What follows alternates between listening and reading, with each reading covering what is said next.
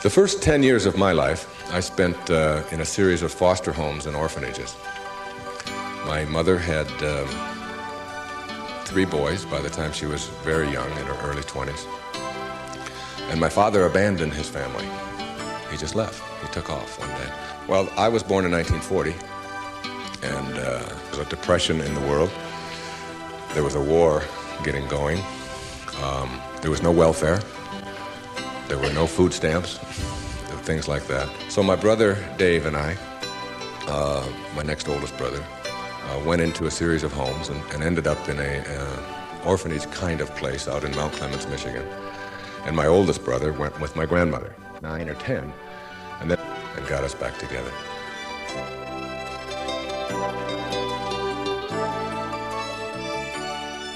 But being poor means you think poor.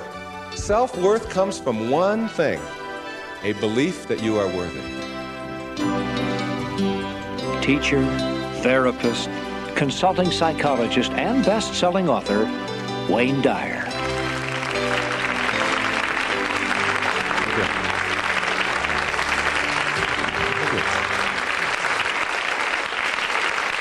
Thank you.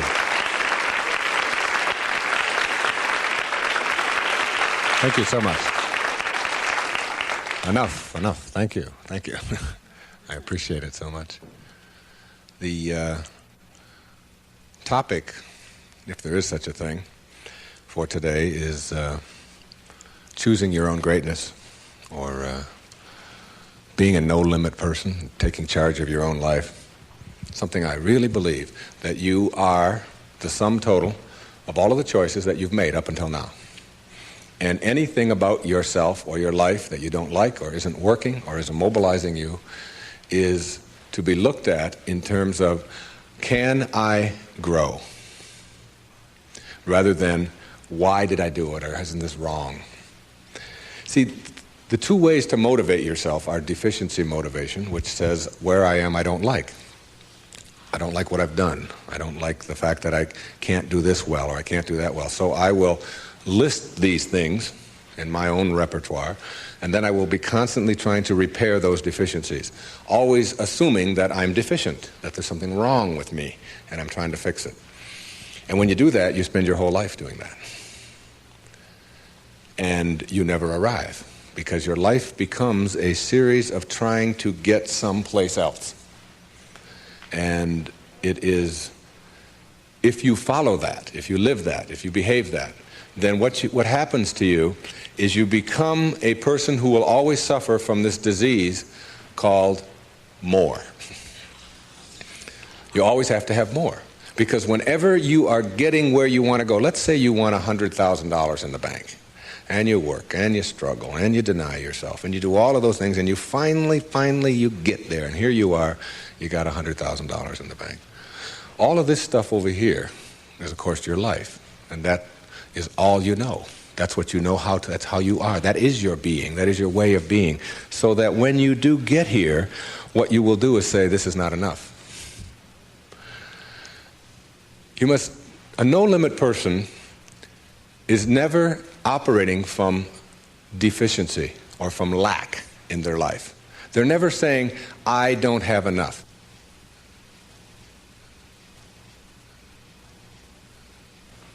You see, you're never going to get enough. You already are everything. You're everything that you need. Think of it for just a moment. Everything that you need to have total bliss, perfection of your life, you already are. You already have it.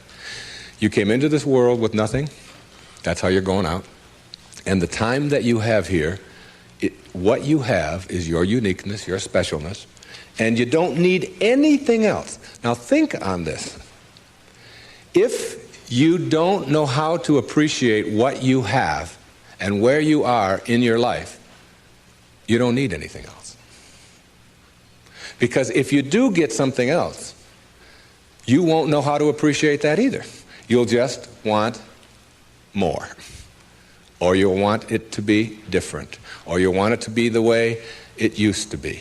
or you'll want someone else to be the way you think they should be. Successful people or no-limit people or self-actualizing people or inner-directed people, whatever labels that have been put on them by great thinkers and philosophers and therapists and people that have looked at human beings, these kinds of people are people who always have enough. There are some people, if you invite them over and you say, I'd like you to come over tonight, and I'd like you to stay over if you can, instead of having to drive back. And they'll say, well, can you stay? And I say, well, I don't know if I can stay or not. Well, you could sleep on the cot. Oh, no, I could never sleep on the cot. I can't sleep on cots. I got a sciatica. Don't you know that I have back pain and cots? No, that's out of the question. I couldn't sleep on a cot.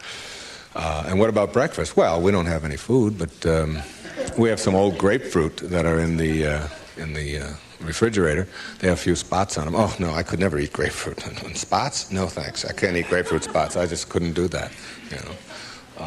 And these are people who never have enough. They are not able to be flexible and to change. And there are other people, if you say, would you like to sleep over? We got a place in the sewer. Hey, that'd be great. I can handle that. No problem. I slept there before. It's all right. And all we have is grapefruit. Oh, I love grapefruit. Well, there's got spots on them. Oh, I really like grapefruit spots. Those are terrific. I'll go for those. There are some people who can handle anything, not because their circumstances are different. You see, your circumstances have very little to do with your fulfillment in life. Very little. It's how you're approaching your circumstances. It's your attitude towards your circumstances that make all the difference in the world. And taking what you are and accepting it. I got to show you this. I don't know if the camera can get this. This is a little advertisement that was in the Detroit Free Press for last September. I was giving a speech at the Unity Church of Today in Detroit. And it says, Dr. Wayne Dyer will talk about your inner child and how to deal effectively with problems in all relationships. And it was a real nice ad. You can see that. Then on top of the ad, in the same paper, there's another ad. And the ad says, face it.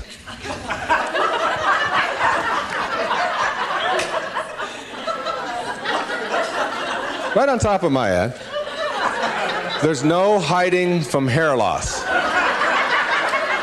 And they got a picture of a guy with a box over his head. And they have a before and after guy there.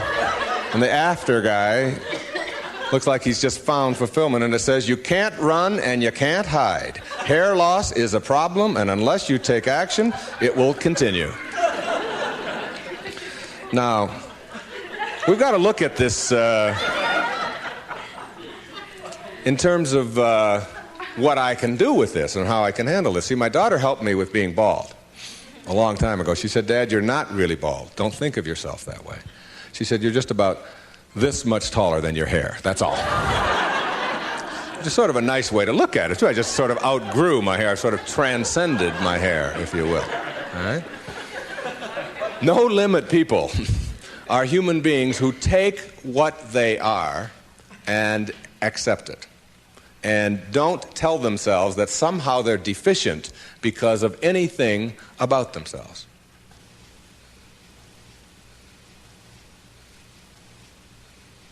This is a very crucial concept for me and for virtually all of us. It's this idea of taking your life in your own hands and being the kind of person that you choose to be, and understanding that everything that comes your way is an opportunity, is a blessing. And it wasn't until I learned how to celebrate virtually everything that came my way that I was able to transcend it. You see, everything that was given to us by God, whatever that is perfect. No one can deny the mountains are perfect and the rivers are perfect and the birds are perfect and the hippopotamuses are perfect and so on. This is just what was given to us. Everything else that you have on our planet, that we have on our planet, comes about as a result of thinking. Thinking. Thought makes it so. All right? This microphone comes about as a result of thinking. Somebody imagines it. Somebody then tells somebody else about it, and it creates it. The dress that you're wearing, this shirt that I'm wearing, the shoes that you have, the stage, these cameras. Everything that you see that wasn't given to us was created by man as a result of the way that we think. The way that we think. So what gets inside of us as a cell comes about as a result of the way that we choose to think in our lives. Very important principle to understand. Because once you get a hold of thinking, and that it creates everything that you have in your life, you can change and make it as absolutely perfect as you want it to be, because thought makes it so. Creative visualization is what we're talking about here.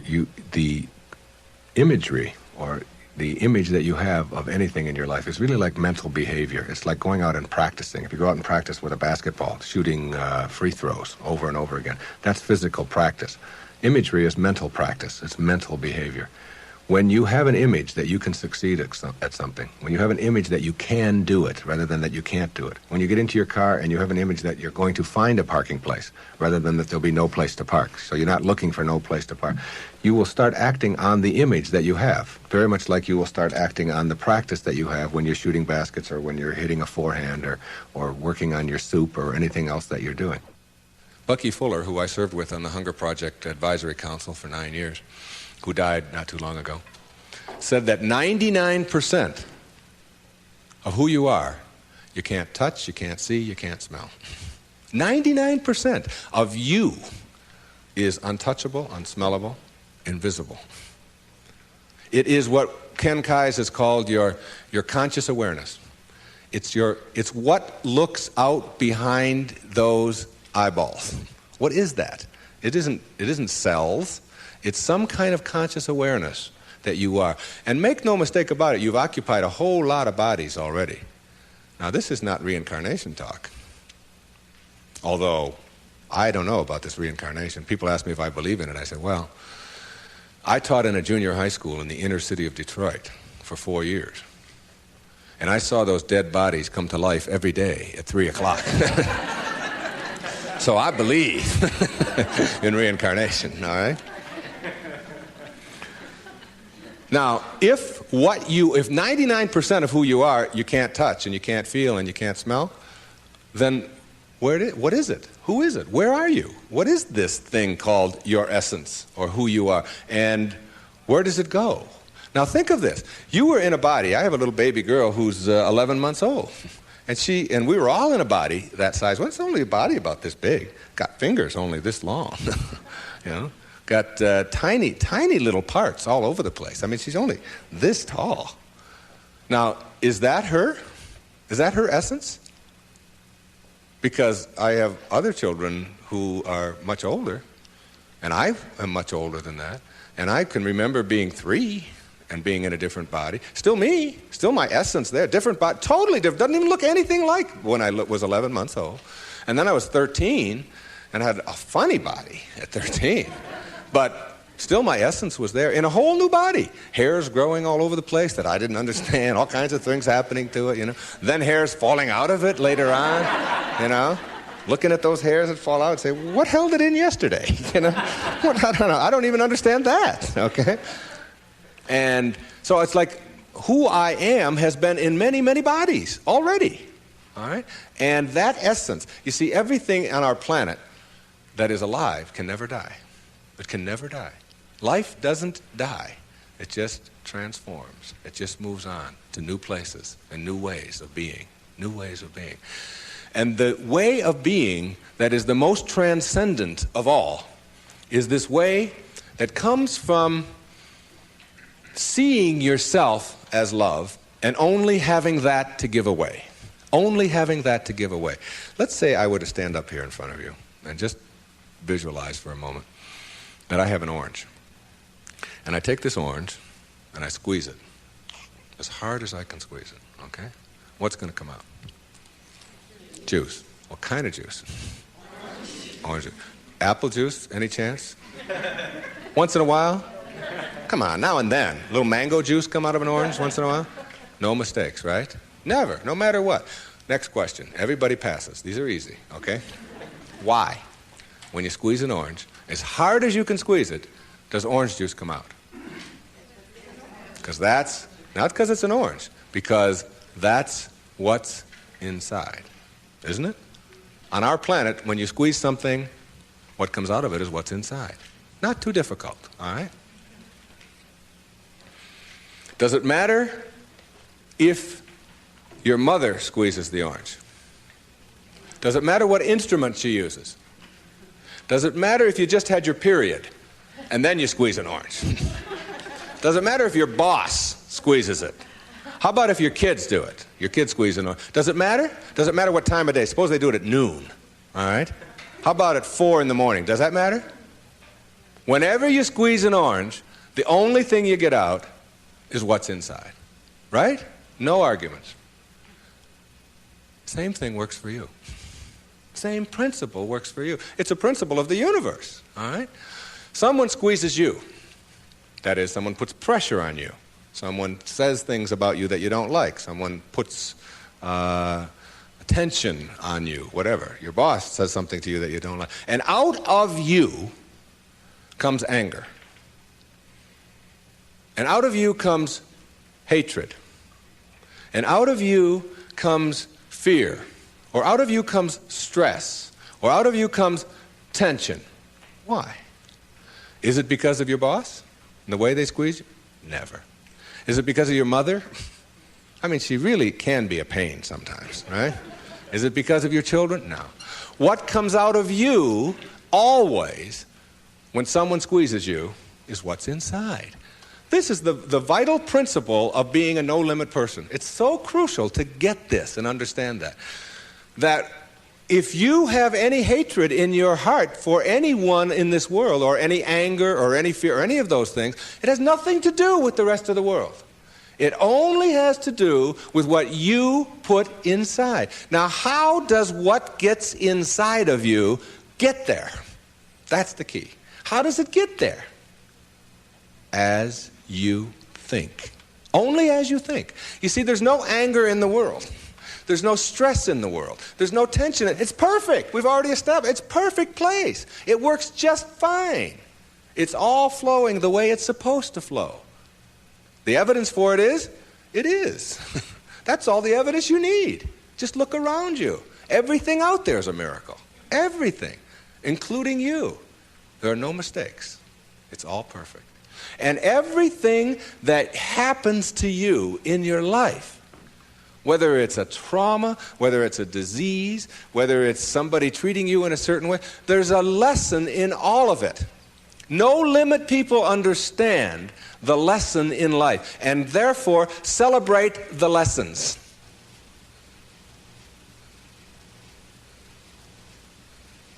It's true. And when you get to that point in your life where you're not cursing the things that come your way and blaming the things that come your way, and particularly blaming it on somebody else, and you hear it all the time. She hurt my feelings. How's that possible? How can anybody hurt your feelings? Your feelings come from your thoughts. No one can hurt your feelings without your consent. No one can make a fool of you without your consent. No one can embarrass you without your consent. These are choices that you have that come from the way that you think. Someone calls you a name. Hey, stupid. And you turn around. I didn't even tell anybody I was coming. How did they know that, all right? And then you blame the person who called you a name.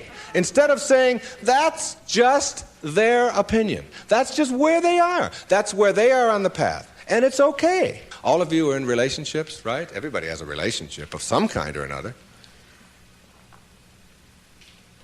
In your relationship, you have any problems? Any of you have a relationship and you don't have any problems? I'd like you to take this microphone. I want to sit down and listen to you. Everybody in a relationship has problems, don't they? Right? Now, when you say, I'm in a relationship, I got problems. Therefore, there's something wrong. Something's really wrong, right? Now, if you're in a relationship and you have problems and something is wrong, you got to call in a consultant, right? You got to call in somebody to help you with the problems. You don't want the problems to go on. Who are you going to call in? You only got yourself. That's all you got. You might get a therapist once in a while, but they got worse problems than you do. The only consultant who can help you with your problems is you. And who is that consultant that you're calling in? We've already established that there's something wrong with that person, right? Something wrong. So now you're going to call in a disabled person to deal with your problems in your relationship, right? Now this is a really sick approach to curing your problems. You got somebody who says, we got a problem, you don't talk to me, and I didn't talk to you, and you came home late last week, and this week I called you, and you didn't call, and I was supposed to call you, and then you didn't do it, and how can you do that? Now this is the consultant you're calling. Excuse me, will you come in and help us? I don't know if I can help you or not. I didn't come home. I didn't. That's the person you got to deal with your problems. All right? Now what you can do is you can change all of that around. You can say, I'm in a relationship. We got problems. There's nothing wrong with that. That's the way things are, you know. My problem is that you are different than I am. And you think differently than I do. And you behave differently than I do. And you smell different than I do. And you have all of these attitudes over here that I don't have. Nothing wrong with that. That's the way it is. When two people get together in a relationship, you don't have two people becoming one. If you do that, then what you end up with are two half persons. Who wants a half a person in a relationship? You always are single. Even if you're married and and involved in a relationship forever, you're still always single. You're still always you. Your unique, special, perfect self that is not trying to love, but who is love, who lives love, who is being love. The same as if you pray to God and say, God, will you please help me with my problems? And want God to do it for you. Never have. You've got to be God, not be afraid to carry God around inside of you. If you want to get healed, you have got to understand that you're not going to get healed if you are asking someone else to heal you. And ask any doctor that you know, any surgeon particularly, who's taking somebody into surgery, and ask them which person has a better chance of living, of surviving, say, serious surgery. Is it the one who has a will to live, or is it the one who's just given up? And the surgery and the cases are exactly the same, all right? But the person who has that will, which we can't define, you can't go out and get a bucket full of will and bring it in there. It's an attitude, it's an approach, it's a belief, all right, that you can do something. And when you have that belief about yourself, then you've got so much better opportunity to be well in your life. And a belief is everything. I don't know if you've ever thought of that. I watched a little girl, 5 years old, learning how to swim. And she's holding on to the edge of the pool, and she wants to get over here to the steps. And it's just 5 feet or 6 feet, and she'll let go and then she'll hold on again. And she'll let go and she'll hold on again. And finally there comes a time when she lets go and goes for it. Okay? You've seen this with your children, and what you ask yourself is, in the moment before that when she was holding on, and then look at the moment afterwards, does she have any different skills? What's changed? Yeah, the skills she didn't have any new skills. She didn't learn any skills in that second. What she has is a belief that she can do it. And when you believe it, when you really just believe that you can do it, that's what allows you to swim. And when you think about it now, do you know how to swim?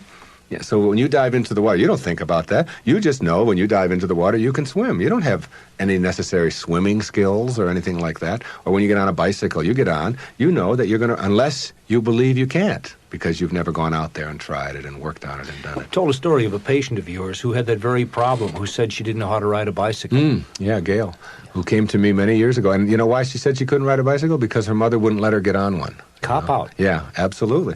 And she had these beautiful big white teeth, and her mother had always told her, you could fall and break your teeth, and I wouldn't want that to happen to you. So here she was now in her 30s, and telling me that she couldn't ride a bike, and she was in therapy.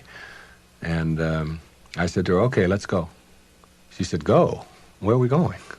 I said, well, I've got a bicycle downstairs, and I'm going to show you how to ride a bike. I'm going to have you teach yourself how to do this. And she said, look, I didn't come here to pay you the kind of money that I'm paying you to have you teach me how to ride a bicycle.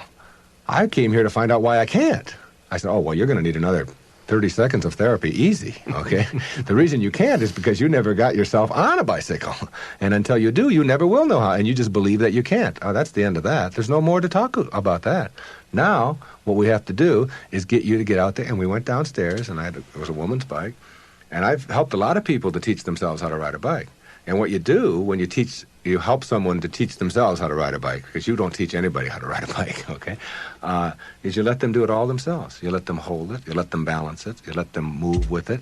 You let them put the pedal down and move it themselves. And you stand back. You say, no, when you're ready, and then you move it, and you hold on for a second, then you put your foot back down, and you practice it and practice and practice that all yourself, and with just someone encouraging you. And before long, in just a matter of minutes, when I tell you it was minutes, and this woman had never been on a bicycle before, she rode like 2 blocks on a bicycle. She couldn't believe that she now had a belief.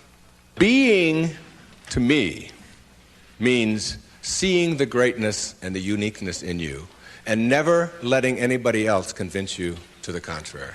When people ask me, come on, you're always talking about being up and you're always positive and so on, you mean to tell me that you're always that way? I say, yeah, I really am.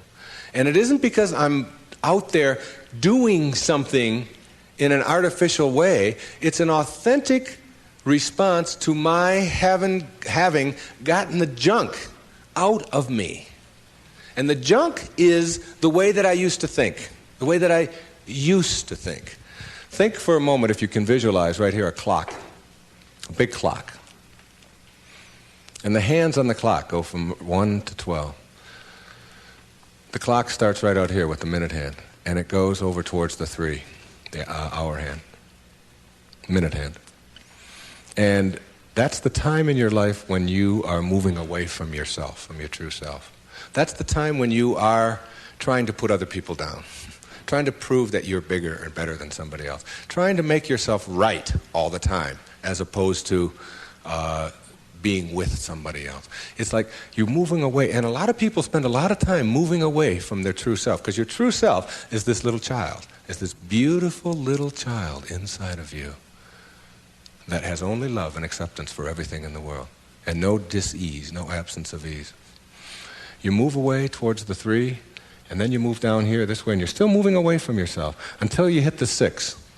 The 6 is the point in your life, symbolically, metaphorically here, when you are the furthest away from yourself that you can be. It's the low point in your life. It's the point where many people break down, or many people break down their relationships, or they feel full of despair. They feel full of hatred, whatever it may be. And a lot of people die then. A lot of people are put into hospitals then. A lot of people have to really seek out therapy then, and so on. And when you're at that sick. There's another part of the clock that goes from 6 to 12 that I think of as living in the light. And this is when, and see, this clock hand never can go back. It can't go back. It can only go this way. It only goes this way, as does life. It only goes this way, forward. In this period, this place between 6 and 12, that's when you start coming back to yourself. That's what enlightenment is. That's the pathway to enlightenment. When you send out that stuff that is destroying you, that is killing you in one way or another, and you move yourself back over here, and eventually you get yourself all the way back. This is the light over here. This is the place where you can't go back. You'd be tempted. You might be tempted to steal. You might be tempted to use anger. You might even slip a little bit, and you catch yourself. I can just not too long ago there was we got a problem with our sprinkler in my home. One of the sprinkler heads is off, and if you ever seen that happen, you get a gusher going up there. And I've been wanting to get that thing replaced for the longest time. And I'm walking out of the bank, and there's a sprinkler head right there in front of the bank. Now, I practically own this bank, okay? So I'm going to go there every day, and I do a lot of business with this bank. And I'm looking at this sprinkler head, and I think, all I have to do is just unscrew this thing. It wasn't on or anything. They'll replace it tomorrow morning. It's 98 cents or whatever. So I actually get down there, and I look, and I start turning the sprinkler. And then I start thinking, do I want this karma? Do I want to steal? Do I want to take? I know it's only a 99, and if I went into the bank, they'd probably give me one anyway if I asked them. And I just turned it back, And I said, if I want a sprinkler head, I'll go and buy one for myself. This doesn't belong to me. It was just like a split second of weakness there or whatever it was. But it illustrated to me that I can't go back there. I could never. And there was a time in my life when I could have done that. I can be absolutely frank with that. I could do that. I can't go back there anymore.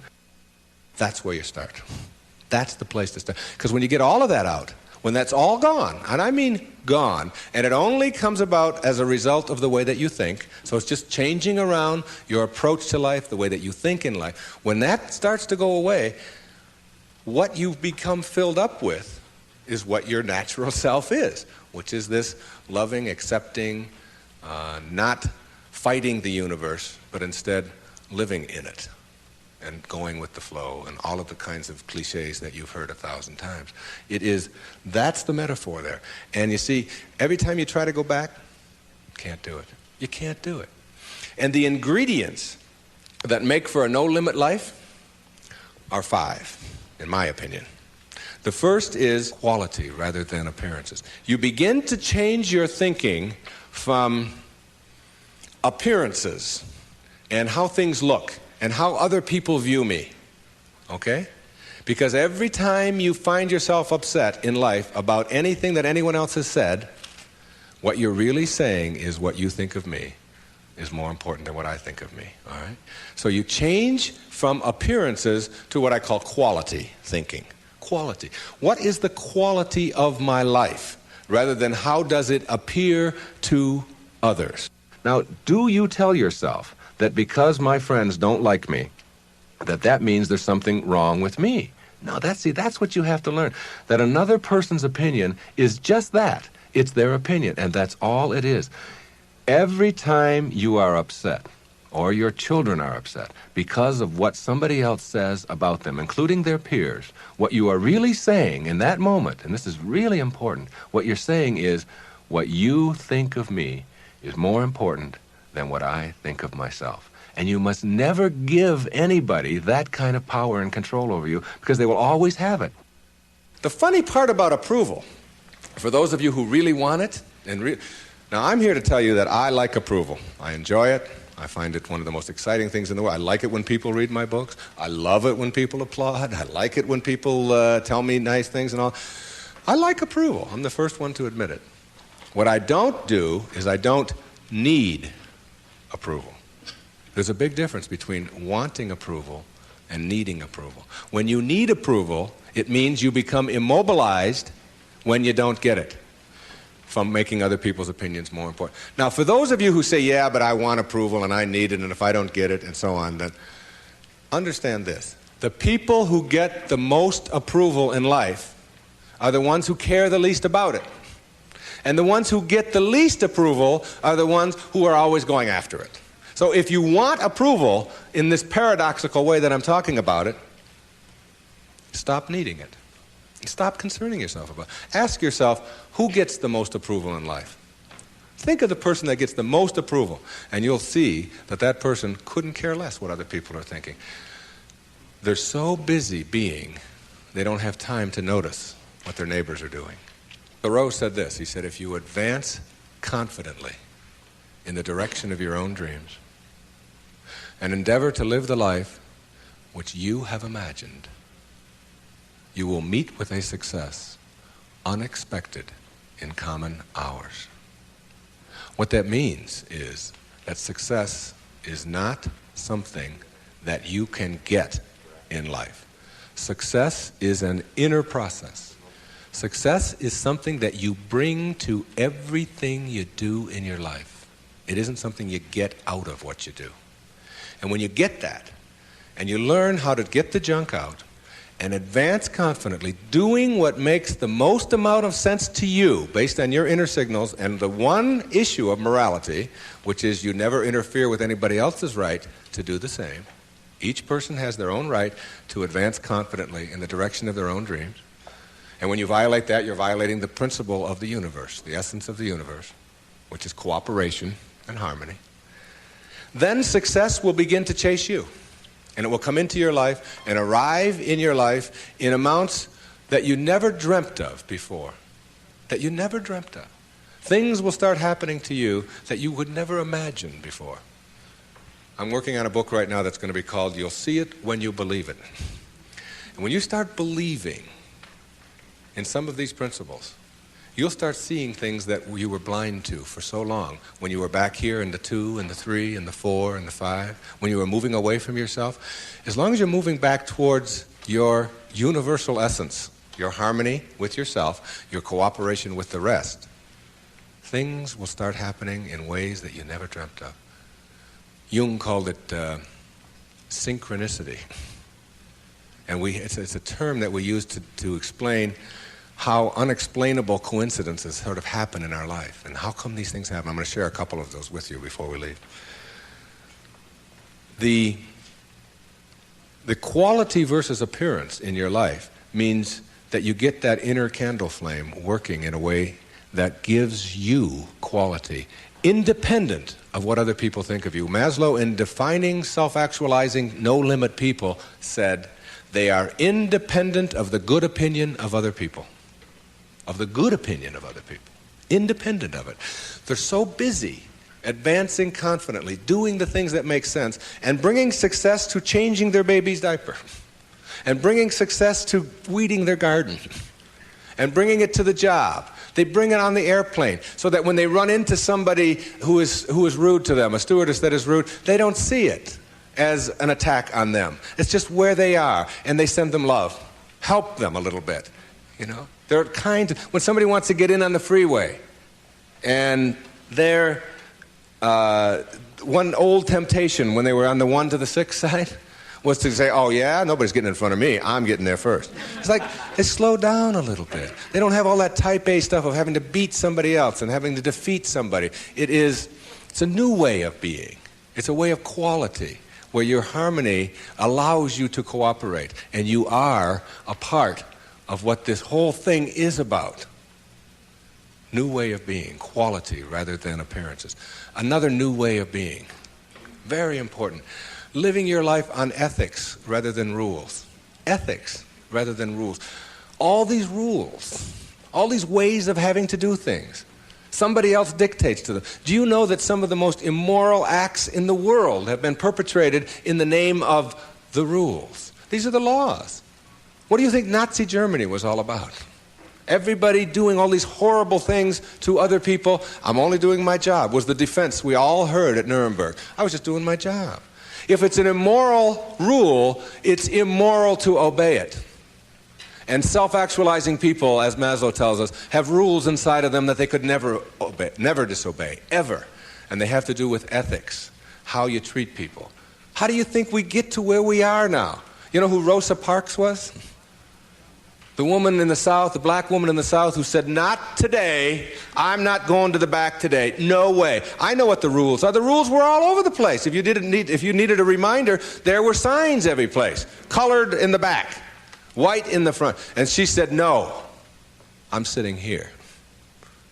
And that made all the difference. Ethics, not rules. When your children start disobeying rules that need to be disobeyed, don't be surprised. When I was in the service, they had a policy on Guam, where I was stationed, which would not allow the Guamanian civilians to shop in the PXs and the Navy exchanges. But they did allow all other civilians to shop in the Navy exchanges and PXs. But if you were Guamanian, that is, if your skin was dark and your eyes were shaped a little different, then you couldn't. A clear, outright violation. I was a serviceman. I was in the Navy. I was a communications cryptographer. They had a newspaper on the Guam Daily News, and it said, an invitation to speak your mind. And it was a letter writing contest. And they offered $75 to the first prize winner. $75. This was 1961. That was a fortune to me. That was a month's pay in the Navy at that time, almost. So I entered the contest, and I knew I would win it. I had already written a novel at that time. A whole novel I had written while I was on Guam. I knew it wasn't going to be a contest. I felt sorry for the other people entering it. I knew I was going to win this. Unfortunately, I didn't realize that when you're in the service and you have an opinion and you don't submit it to the chain of command, that you can be court-martialed for that. So the headlines on next week's Guam Daily News were U.S. sailor assails policy of discrimination. Big, hot stuff, all right? And I was called before a vice admiral, commander Naval Forces Marianas Islands, and threatened with a court-martial because I had disobeyed the rules, even though the rule was immoral. There are lots of them like that. And when I went in and they threatened me with a court-martial, I told them this was my battle plan. They didn't have Xerox machines in those days, so I had to get a lot of carbon paper. I wrote a letter to President John F. Kennedy, and I wrote a letter to the Secretary of the Navy, and I wrote a letter, my hometown was Detroit, I wrote a letter to the Detroit News and a letter to the Detroit Free Press, telling them what was happening to me as a result of just expressing my opinion about an immoral act that was going on over here on Guam. And I showed the Naval Vice Admiral my letters, right there. I said, I've only sent the one to the President and the Secretary of the Navy. These letters go to the newspapers across the country. There was one there to the New York Times as well, and the Los Angeles Times. It was, and I just spread them out before him. I said, if you court-martial me or punish me in any way for this, then what's going to happen is the world is going to find out about this policy. And I'm prepared. I'm ready. I can handle it. And I was 20 years old at the time, or 21. Not only did I get a blessing from that, because all things come in blessings for you, I got out 90 days early. And they stamped on my record, P.I., because the President took it up and sent it to the Secretary. Must have. And I never heard from him, but the P.I. on your record means political influence. And they don't like anybody with political influence in the military. And as soon as they saw that, they said, this is somebody we probably will be giving a discharge real soon. There was no court-martial, and in September of 1962, a brand new policy was initiated on Guam, which allowed any civilian to shop in the Navy exchanges. And it came about as a result of someone saying, these rules are immoral, and therefore it's immoral to obey them. New ways of being, ethics rather than rules. And when your kids want to know why, how come these rules are so stupid? How come we have to do this? Encourage them to change them. My mother always did that. She would have to help me get out of the messes that I got myself into, because I did it in my impetuous youth. I would just, when they would say to me, what's more important, your job or school? I was just honest. I said, my job, of course. That's how I felt in those days. But what you do put out in the world is exactly what's coming back to you. And if you find things coming back to you that you don't like and don't understand, don't ask yourself why these things are coming to you. Ask yourself what you're doing to make them come back to you. And when you start putting the responsibility on yourself, you'll start seeing dramatic changes. Dramatic changes. A new way of being. Instead of ethics, instead of rules, ethics. Another new way of being. Instead of looking all your life for achievements and externals, try living your life on knowledge for the sake of knowledge. Knowledge instead of achievement. For the sake of knowledge. Being in a context in which you don't have to collect a lot of merit badges. You don't have to collect a lot of awards and other people's value judgments. That you go to school or you go out into the world or you read or whatever it is you do because it makes sense to you, not because of what somebody else is going to put on a transcript or where you're going to appear in a class list. We need to help our children to understand and value the importance of knowledge for the sake of knowledge and doing things that make sense rather than taking the easy way. Knowledge rather than always trying to achieve. We're in an achievement-oriented society, which tells us that we evaluate and judge a human being based upon how many achievements he has. But most of the people who get caught up in that trap and are always in this circle of trying to get ahead, trying to always get ahead, their reward for that almost always is higher blood pressure, ulcers, early deaths, and even things like cancer, we're beginning to find out, are related to the kinds of stresses that we have. And remember, it's a perfect universe. There's no stress in it. There's only people thinking stressful thoughts. And when you put that pressure on yourself to always achieve and get ahead of the other guy, you miss what it's really all about. There's nothing wrong with goals. It's falling in love with them that's the problem. It's not being able to be flexible and alter them. If you have a goal to get here, to get $100,000 in the bank, to get to this promotion, to get 2 cars in your garage, whatever it is that your goal is, and you're on your way to that, and you're always working at the goal, all of this stuff on your way to the goal is called striving, and that's what you learn, striving. And striving is a very low-level place to be. When you get to your goal, because all you've ever known is striving, you will just always suffer from this disease called more.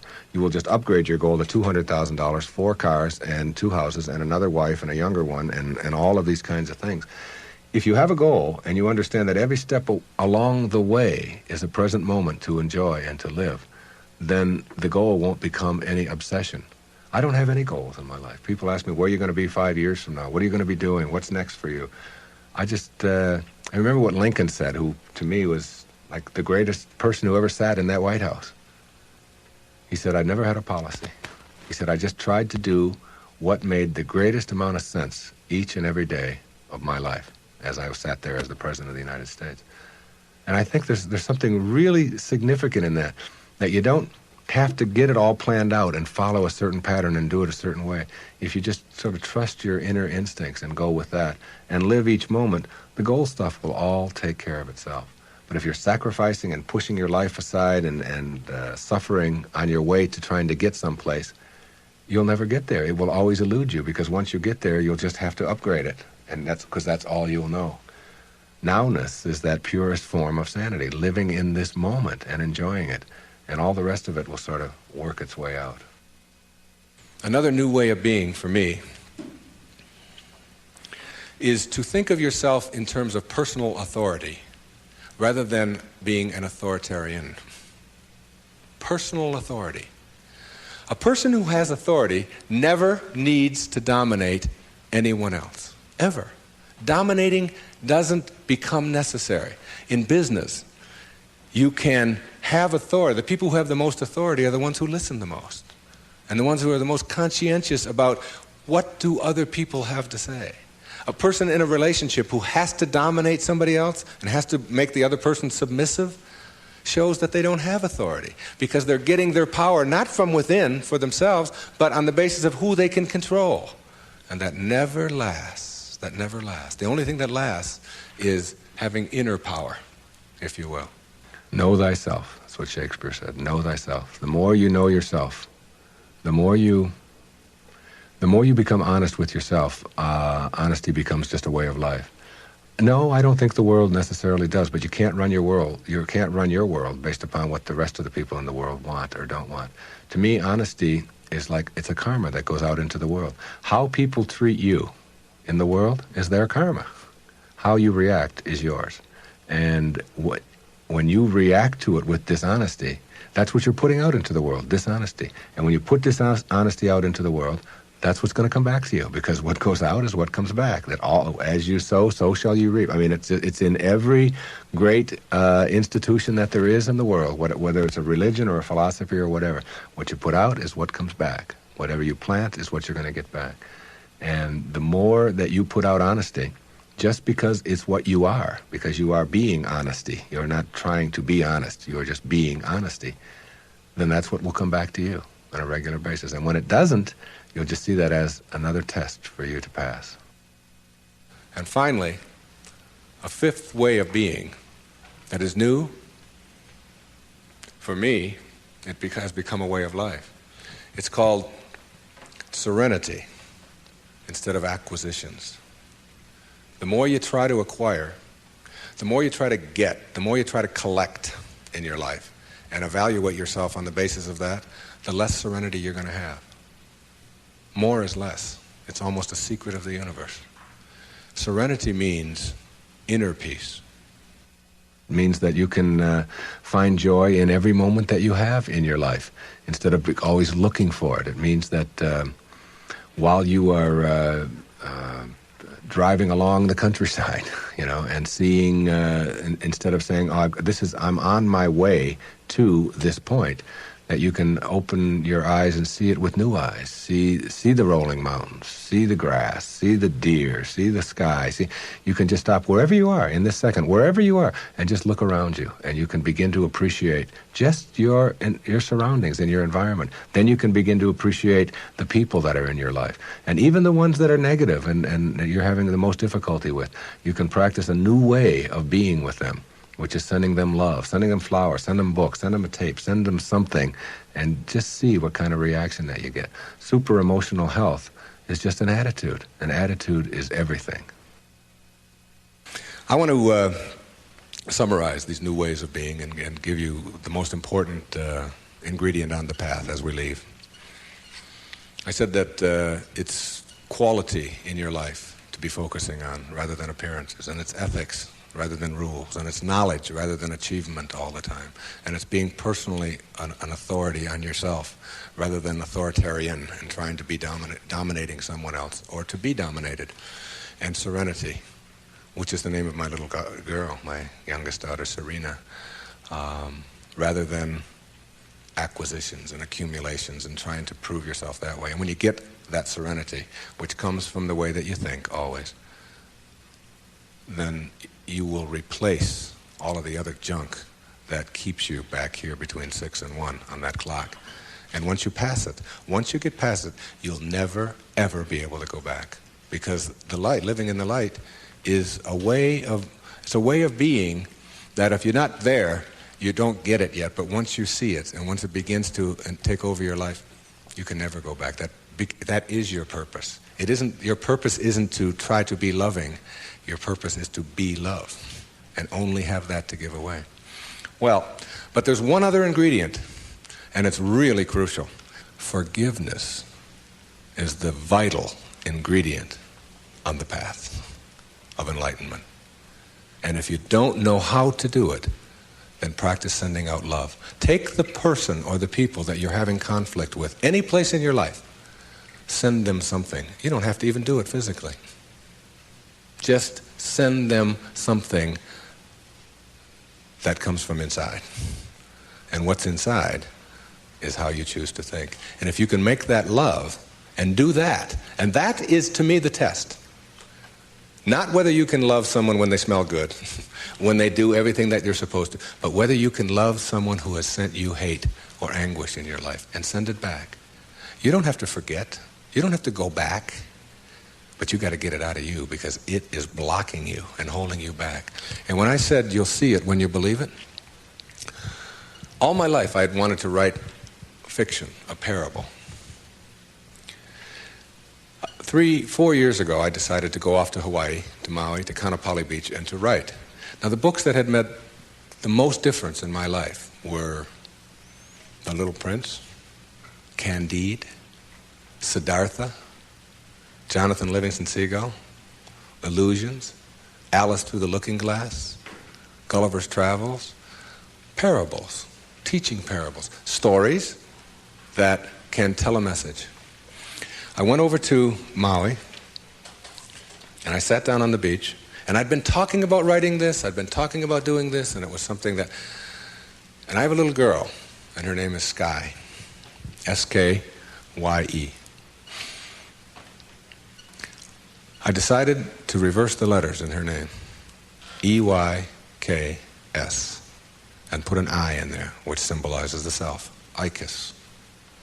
And I just created this parable of a woman whose name is Icus, who lives on another planet. The planet is Uranus. And it's a duplicate mirror image of Earth, only Icus can only see things as they are, not as we would like them to be. And therefore people are neurotic on Uranus because they have to be. She gives the anxiety attack report, if you will, because anxiety really does attack over there, and tells about anxiety coming in on the weekends and so on. Well, my visitor in my parable goes to Uranus, meets Icus. She cannot understand, as he describes Earth, why people would be neurotic by choice on Earth. Why would anybody be unhappy or depressed or miserable when anxiety doesn't attack, and when elevators really don't scare you, and when if you want a complex on Uranus, if you want to give a complex to your wife, you go to the store and buy one. And she says, what happened? Well, my husband gave me a complex, and it's true. Whereas on Earth, if you have a complex, it's because you've chosen to have one. She can't figure it out, okay? So she comes here, observes our people, and begins to see the secrets of the universe and gives us these secrets, talks to the top leaders in our field. And that was my parable, and I wrote it, and she gives all of these wonderful secrets, some of which I've been talking about here today. But what I want to tell you is that my wife gave me a license plate, and the license plate says ICUS. Okay, it's a vanity plate. And I was pumping gas on Federal Highway in Fort Lauderdale, Florida, and a little man from Greece came up to me, and he said, "What means this Ephies?" Which is how you say that in Greek. And I said, "Well, that's just a word. It's my daughter's name spelled backward. It's a parable that I wrote." He said, "No." He said, "In Greek, that's a word." I said, "What could that word be?" He said, "It means best wishes for all." You'll see it when you believe it. The great, big erroneous zone, the cosmic erroneous zone. If you get this one, you'll have it and understand it all. There is no way to happiness. Happiness is the way. God bless you.